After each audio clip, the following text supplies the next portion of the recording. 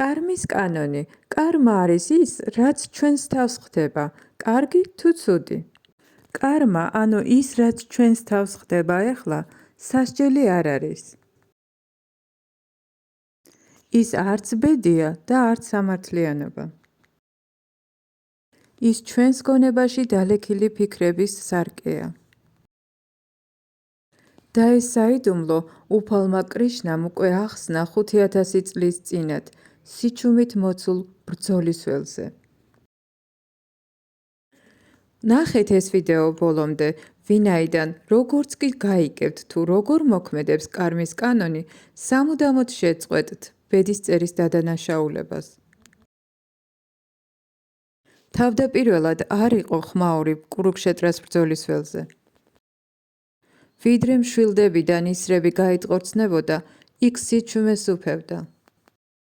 ერთმანეთის პირისპირ ორი ჯარი იყო განლაგებული და შუაში იდგა არჯუნა, იმ დროის უდიდესი მშვილდოსანი. აკანკალებული ხელებიდან მშვილდი უვარდებოდა და მისი გონება დათრგუნული იყო. ვინაიდან ორივე ჯარში ისხედავდა თავის ხალხს, თავის მასწავლებლებს, მეგობრებს, ბიძაშვილებს. და მან დასვა კითხვა, რომელიც ჩვენც გაგვჩენია და მისი პასუხი ყველას გვაინტერესებს. თუ ვიცით, რომ რომელიმე მოქმედება ტკივილს მოგვიტანს, რატომ უნდა შევასრულოთ ის საერთოდ? ეს უბრალოდ არჯუნას კრიზისი არ იყო. ეს ადამიანთა დაბნეულებაა კარმის არცოდნის გამო. და მაშინ უფალმა კრიშნამ საუბარი დაიწყო. მაგრამ ეს საუბარი ჯოჯოხეთით ან ღმერთის სასუფევლით არ იყო დაწყებული. ის არც დასჯის მუქარით იწყებოდა. მან თქვა რაღაც მოულოდნელი. შენ გაქვს უფლება იმოქმედო, მაგრამ მოქმედების ნაყოფები შენ არ გეკუთვნის. ფაგავად გიტა, თავი მეორე, ლექსი 47. უფალი კრიშნას წარმოთქმული სწორედ ეს ლექსი ანადგურებს უმეტესობა ხალხის მცდარ შეხედულებას კარმის კანონის შესახებ. კარმა, ანუ ის, რაც ახლა შენს თავს ხდება, განპირობებულია შენი განზრახვითა და მოქმედებებით. შედეგები კი მთლიანად შენი კონტროლის ქვეშ არ არის. რატომ ხდება, რომ ზოგჯერ კარგი ხალხი იტანჯება, ცუდი ადამიანები კი ბედნიერები ჩანან? ეს ყველაზე დიდი გაუგებრობაა, რაც ხალხმა არ იცის. ისინი მუდამ სვამენ ამ კითხვებს, რატომ იტანჯება კარგი ხალხი? ცუდი ხალხი რატომ ტკბება ცხოვრებით? უფალი კრიშნა ამას დროის კანონით გვიხსნის. კარმა, ანუ ცუდი ან კარგი მოქმედების შედეგი ეგრევე არ გიბრუნდება. ის მოსავლის აღების მსგავსად მოქმედებს. თქვენ ეხლა დათესთ რაიმეს და მოსავალს მოგვიანებით ღებულობთ. ზოგიერთი ხილი სწრაფად წიფდება, ზოგს კი წლები სჭირდება. ზოგიერთი დათესილი თესლი კი ნაყოფს მაშინ იღებს, როდესაც ადამიანი იმ სხეულს ტოვებს, რომელშიც მან ეს ჩაიდინა და მომდევნო სხეულს ღებულობს. ღმერთი გვიხსნის, რომ კარმის სამი ფენა არსებობს. ნომერი პირველი, წინა ცხოვრებაში ჩადენილი საქმიანობების მოქმედებების ნაყოფები. ნომერი მეორე, ამჟამად ჩადენილი მოქმედებების ნაყოფები. ნომერი მესამე, კარმა, რომელსაც ეხლა ქმნით. ეს ნიშნავს იმას, რომ დღეს რის პირისპირაც დგახართ, არ ნიშნავს იმას, რომ ეს იმის შედეგია, რაც დღეს იმოქმედეთ. და ხვალ რასაც გააკეთებთ, შეიძლება მაშინვე შედეგები არ გამოიღოს. ამიტომ კარმა ცოტა დამაბნეველია. მაგრამ ფაქტია, რომ კარმა, ანუ ის, რაც ახლა ჩვენს თავს ხდება, გარედან მიღებული არ არის. ის ჩვენში წარმოშობილი ფიქრებისა და მოქმედებების შედეგების ნაყოფებია. უფალი კრიშნა ამბობს, რომ კარმა, ანუ ის, რაც შენს თავს ხდება, რაც შენს თავს მოხდა, ან რაც შენს თავს მოხდება, არ არის დაწერილი ღმერთის მიერ, რომელიც შენს ცოდვებს ითვლის. კარმა შენს საკუთარ ფიქრებსა და ტენდენციებშია შენახული. მარტივად რომ ვთქვათ, შენი მოქმედებები აყალიბებს შენს თვისებებს. შენი თვისებები აყალიბებს შენს ხასიათს. შენი ხასიათი კი აყალიბებს შენს ბედის წერას. თანამედროვე მეცნიერები ამას ნერვულ მდგომარეობას უწოდებენ. ყოველი მოქმედება ავძლიერებს მენტალურ გზას. ბრაზი, რომელიც მეორდება, ჩვევა ხდება. სიკეთე, რომელიც მეორდება, ხდება ადამიანის ბუნება. ეს უფალმა კრიშნამ ათასობით წლების წინ თქვა. ადამიანი ხდება ის, რაზეც ის მუდმივად ფიქრობს და რასაც ის მოქმედებს. კარმა არის ფსიქოლოგიური და არა რაიმე მაგიური, რაიმე ღვთაებრივი მომენტი. მოქმედება გაქცევას ეწინააღმდეგება. არჯუნა, რომელიც შიგნიდან განადგურებულია, ცდილობს გაქცევის გზა იპოვოს. მისი გონება ჩასჩურჩულებს მას, თუ ყოველი მოქმედება ქმნის კარმას, მაშინ მე საერთოდ შევწყვეტ მოქმედებას. მაგრამ უფალი კრიშნას პასუხი ჭექა-ქუხილივით სჭექს. მოქმედების გარეშე ერთი წამითაც კი არავის შეუძლია ყოფნა. ბჰაგავად გიტაში, თავი მესამე, ლექსი მეხუთე, კრიშნა ახსენებს მას, რომ ცხოვრება თავად არის მოქმედება. სუნთქვა მოქმედებაა, ფიქრი მოქმედებაა. ჩუმად ჯდომაც კი თითქოს სამყაროს განუდექი, ესეც მოქმედებაა. კარმას უმოქმედობით ვერ დაემალები. გაქცევა ვერ გაგათავისუფლებს. მხოლოდ ცნობიერებით მოქმედება შეუძლია შენი განთავისუფლება. ეს ჭეშმარიტება მარტივია, მაგრამ ძალიან ძლევამოსილი. მოქმედებებისგან ვერასდროს ვერ გათავისუფლდები. შენ თავისუფლება მხოლოდ არჩევანში გაქვს, თუ როგორ იმოქმედო. აი როგორ მოქმედებს კარმა. კარმას არ განაპირობებს ის, რასაც თვალი ხედავს. კარმას განაპირობებს ის, რაც გულში არის განზრახული. ორმა ადამიანმა შეიძლება ერთი და იგივე მოქმედება განახორციელონ.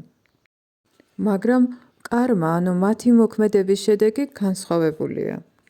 ექიმი კანს იმის გამო ჭრის, რომ სიცოცხლე გადაარჩინოს. კრიმინალი კი იმიტომ ჭრის კანს, რომ სიცოცხლეს ზიანი მიაყენოს. გარედან ეს ორი მოქმედება მსგავსი ჩანს, მაგრამ განზრახვა ამ ორი მოქმედებისა არის სრულიად ერთმანეთის საპირისპირო. ამის გამო ამბობს უფალი კრიშნა, რომ კარმა იბადება ადამიანის გონებაში და არა ხელებში. ბრაზში, სიხარბეში, თანაგრძნობაში ან მოვალეობის შესრულებაში. და არა მხოლოდ მოქმედებაში. ამის გამო კარმის გასჭა მხოლოდ მოქმედებით არასწორია. კრიშნა გვასწავლის, რომ უპირველეს ყოვლისა გამწმინდოთ ჩვენი ფიქრები, რადგან სუფთა ფიქრები ქმნის მსუბუქ კარმას. ეგოისტური განზრახვა კი ქმნის მიჯაჭვულობას. უფალი გვიხსნის, რომ თავად მოქმედება კი არა, მოქმედების შედეგებზე მიჯაჭვულობა გვაბავს ჩვენ. როდესაც მხოლოდ დიდებისთვის მოქმედებთ, გონებაში შიში იწყებს შემოჭრას. შიში დამარცხების ან წარმატების. ეგო, ანუ მეობა იწყებს თავის შეფასებას შედეგებზე დაყრდნობით. ნელ-ნელა სიმშვიდე ქრება. წარმატებასაც კი მოუსვენრობა მოაქვს და წარუმატებლობას მოაქვს ტანჯვა. ეს შინაგანი წუხილი კარმის სასჯელი არ არის. ის მიჯაჭვულობის ბუნებრივი შედეგია. უფალი კრიშნა გვიხსნის, რომ როდესაც გონება ჩაჭიდებულია შედეგებზე, ის ბალანსს კარგავს. მაგრამ როდესაც ადამიანი ერთგულებით შედეგებზე მიჯაჭვულობის გარეშე შრომობს, გონება თავისუფალია. თავისუფლება შედეგში არ არის, თავისუფლება განჯაჭვულობაშია. ეგოისტური მოქმედება კარმას წარმოშობს. ეს არის ის საიდუმლოება, რაც ბევრმა ხალხმა არ იცის. ბჰაგავად გიტაში უფალი კრიშნა გვიხსნის კარმა იოგას, მოქმედებას ეგოისტური ინტერესების გარეშე. ის არ ითხოვს თქვენგან შეწყვიტოთ შრომა. ის ითხოვს თქვენი შრომოთ გულწრფელად და დისციპლინებურად და შედეგები უფალს მიანდოთ. ეგოისტური ინტერესებისა და მოლოდინების გარეშე ჩადენილი მოქმედება არ ბადებს ახალ კარმას.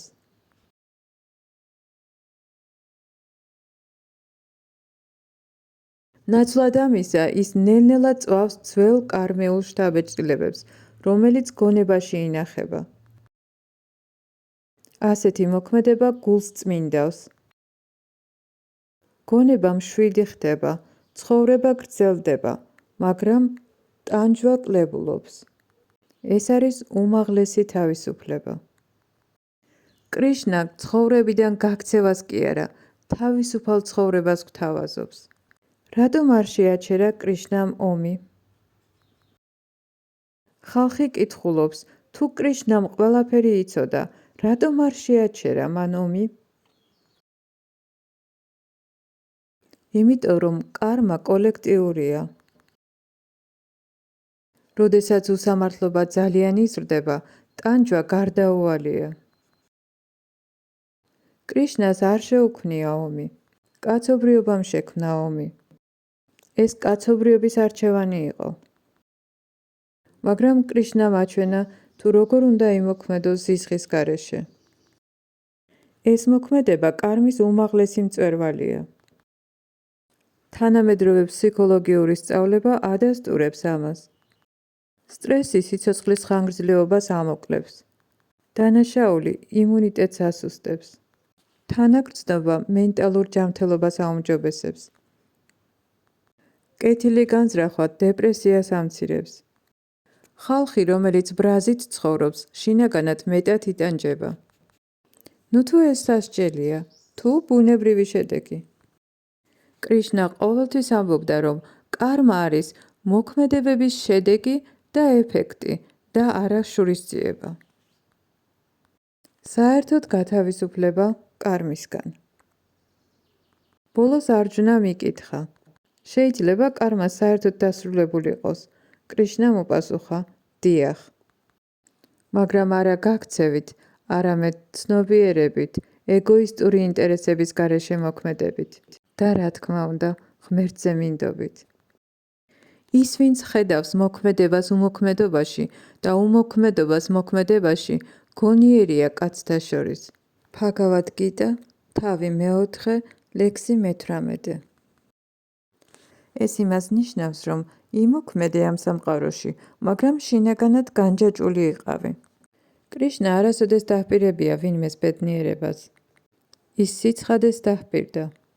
ცხოვრება ისევ წაგახალისებს, ტკივილი შეიძლება ისევ მოვიდეს, მაგრამ როგორც კი კარმის კანონს გაიგებ, აღარ დასვამ ასეთ შეკითხვას, რატომ მემართება ასე მე? ნაცვლად ამისა იკითხავ, რა შეიძლება რომ შევისწავლო? სწორედ იმ მომენტში თქვენ უკვე ბედის წერის მსხვერპლი აღარ იქნებით. არამედ გახდებით ცნობიერების შემქმნელი. თუ თქვენი კარმა განზრახვით ყალიბდება და თქვენი მომდევნო ფიქრი მოქმედებაში მოვა, რა სახის კარმას ქმნით ახლა? დაწერეთ კომენტარში თქვენი აზრები. გაუზიარეთ ეს ვიდეო მას, ვინც თავის ყოფიერებაში ბედს ადანაშაულებს. ჯაი შრი კრიშნა. გმადლობთ ვიდეოს ნახვისთვის.